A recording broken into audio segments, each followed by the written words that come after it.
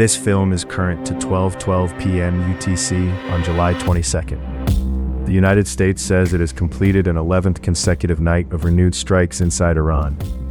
The results it described have not all been independently verified. One day earlier, a tanker was struck and abandoned in the Strait of Hormuz. Jordan said it intercepted 3 Iranian missiles. In the Red Sea, 2 tankers carrying Saudi crude turned around after new threats to shipping. These are separate events across a wide region. The reason they are one global story is the network connecting them. That network reacts before a shortage reaches a petrol station or supermarket. On July 21st, Brent crude settled at $91.01 a barrel, about 2% higher for the day. That price is a snapshot of expectations, not a forecast. Diplomacy was moving too. Pakistan hosted Iranian officials for mediation. But by our cutoff, there was no accepted ceasefire. Millions of ordinary decisions now sit between those headlines and a household budget. Start with the geography. The Strait of Hormuz narrows the exit from the Persian Gulf between Iran and Oman. In the first half of 2025, before this conflict, about 20.9 million barrels of oil passed through here each day. That was roughly 1/5 of global petroleum consumption. So did 11.4 billion cubic feet of liquefied natural gas a day, more than 1/5 of global LNG trade. These are structural baselines, not live July traffic counts. But they show why this narrow waterway matters far beyond the countries on its shores. Is the strait open or closed? That binary question hides the real problem.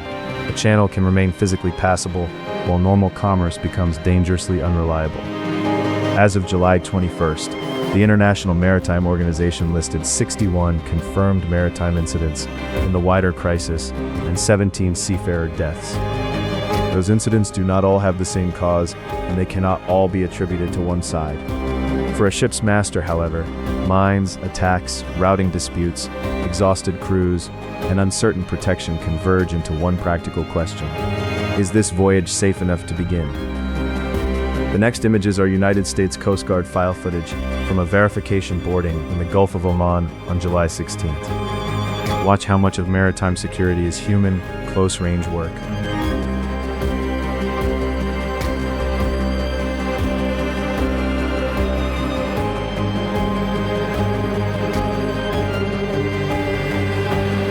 Then comes an invisible gate: insurance. A tanker may be seaworthy and the route legally open, yet still remain at anchor if war risk cover becomes unavailable, too expensive, or filled with exclusions. An insurer is pricing the chance of losing a ship worth tens of millions of dollars, its cargo, and human lives. A ship owner weighs that bill against the freight payment.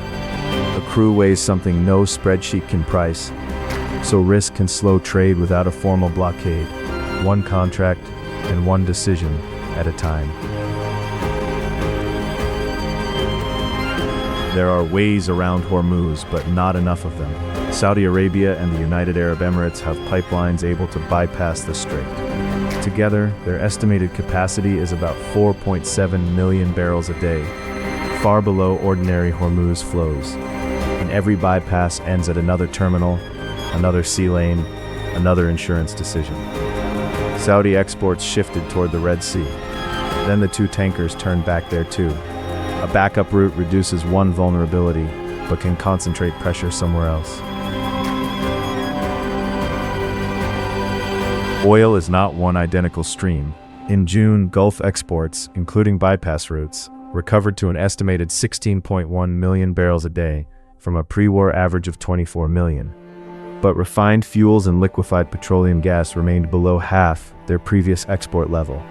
Meanwhile, OECD oil stocks fell by an estimated 62 million barrels, including about 44 million from government reserves.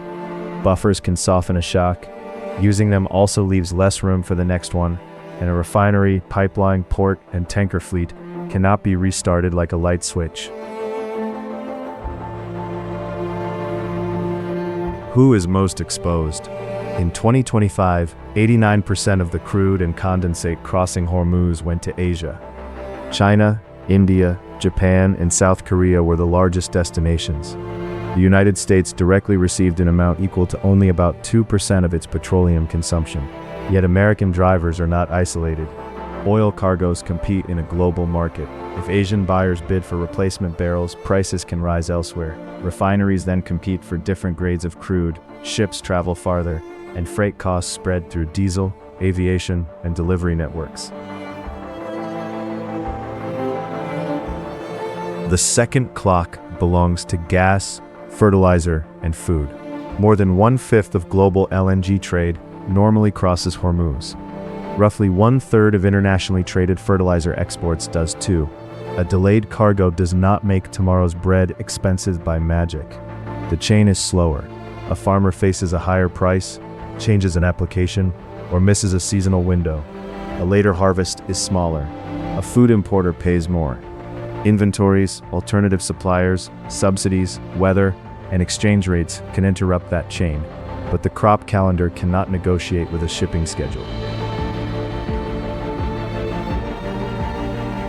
Financial markets compress these possible futures into prices today. Oil, shipping shares, currencies, government bonds, and insurance costs can move on the same headline for different reasons. In the United States, May data showed personal consumption energy prices 24% higher than a year earlier, while longer-term inflation expectations remained mostly anchored. That distinction matters. A central bank may look through a temporary energy spike, but if households and businesses begin expecting persistent inflation, policy becomes harder.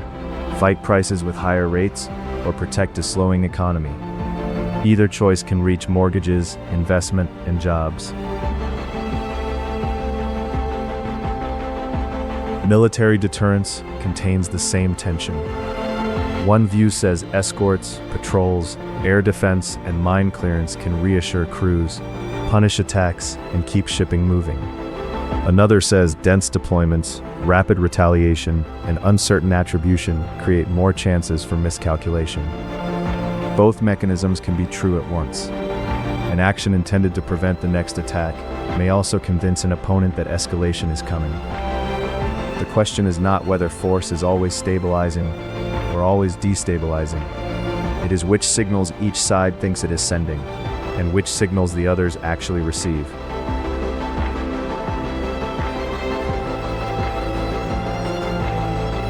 Diplomacy works inside that gap. Pakistan and Oman have offered channels. Gulf states, the United Nations, and trading nations have urged restraint and safe passage. But a meeting is not an agreement, and an agreement on shipping would not settle every dispute. Reduced access for international nuclear inspectors has also lowered verified knowledge about Iran's program. Less knowledge does not prove a hidden activity. It does increase the danger that governments make decisions from worst-case assumptions. A workable pause needs more than words. It needs observable restraint, communication, monitoring, and a route back when something goes wrong. History warns against easy analogies. The 1973 oil shock, the tanker attacks of the 1980s, and later Gulf crises all moved through energy and politics differently. Some produced queues and recession. Some were absorbed by spare capacity, weaker demand, inventories, new routes, or policy. None is a template for 2026. The useful lesson is narrower. The damage depends not only on the first attack, but on the buffers available, how long uncertainty lasts, and how governments, firms, and people respond to one another.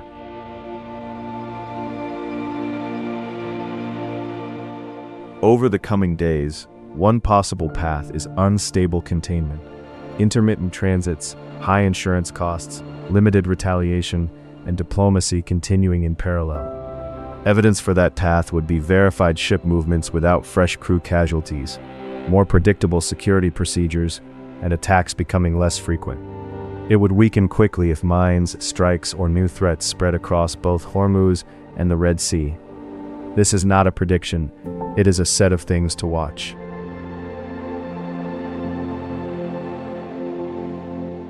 Over weeks, two very different paths remain realistic.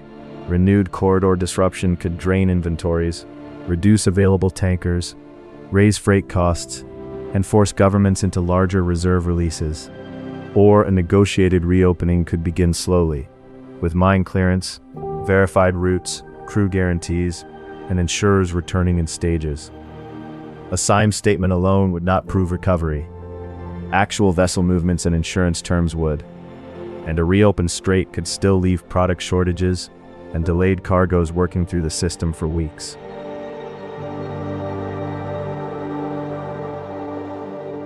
Over months, the world may adapt with different suppliers, routes, inventories, and energy choices. Or repeated shocks may reach planting seasons, public budgets, elections, and long-term investment. The outcome will not be decided by geography alone. It will emerge from thousands of connected choices: a captain waiting for cover, a farmer ordering fertilizer, a central banker reading expectations, a diplomat testing a message, a family watching the price at the pump. That is why a conflict in one region can arrive at a front door far away. The network carries the shock. Human decisions determine how far it travels.